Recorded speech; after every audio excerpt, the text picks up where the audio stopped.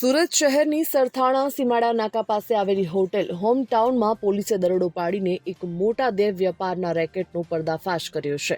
આ રેડમાં પોલીસે કુલ 3 વિદેશી યુવતીઓને ઝડપી પાડી હતી, જેમાં થાઇલેન્ડની 2 અને યુગાન્ડાની 1 યુવતીનો સમાવેશ થાય છે. જો કે થાઈ યુવતીઓ ભાષા ન જાણતી હોવાથી કાયદેસરના નિવેદનો લેવામાં મુશ્કેલી પડી હતી. આ સમસ્યાના નિરાકરણ માટે સુરત પોલીસે પહેલીવાર ગૂગલ ટ્રાન્સલેટ સોફ્ટવેરનો સહારો લીધો હતો, જે આ કેસનું એક અનોખું પાસું બન્યો છે.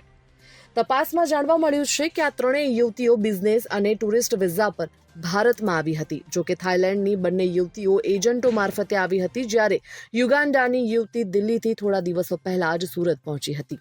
પોલીસે હાલમાં ત્રણેય યુવતીઓને નારીગૃહમાં મોકલીને તેમને ડિપોર્ટ કરવાની કાર્યવાહી શરૂ કરી છે. આ કેસની તપાસમાં સૌથી મોટી અડચણ ભાષાની આવી હતી, કારણ કે થાઇલેન્ડની બંને યુવતીઓ અંગ્રેજી, ગુજરાતી કે પછી હિન્દી બોલી કે વાંચી નહોતી શકતી. તાત્કાલિક ધોરણે થાઈ ભાષા જાણતો કોઈ ઇન્ટરપ્રેટર ન મળતા કાયદેસરના નિવેદનો લેવામાં મુશ્કેલી ઊભી થઈ હતી અને આ સમસ્યાના નિવારણ માટે સુરત પોલીસે સૌપ્રથમવાર અનોખો અને હાઈટેક ઉપાય અપનાવ્યો હતો. તેમણે ગૂગલ ટ્રાન્સલેટ સોફ્ટવેરની મદદ લેવાનો નિર્ણય કર્યો.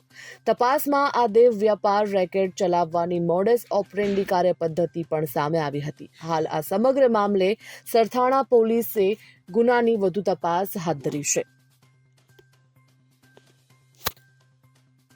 Bureau report, Gujarat fight news.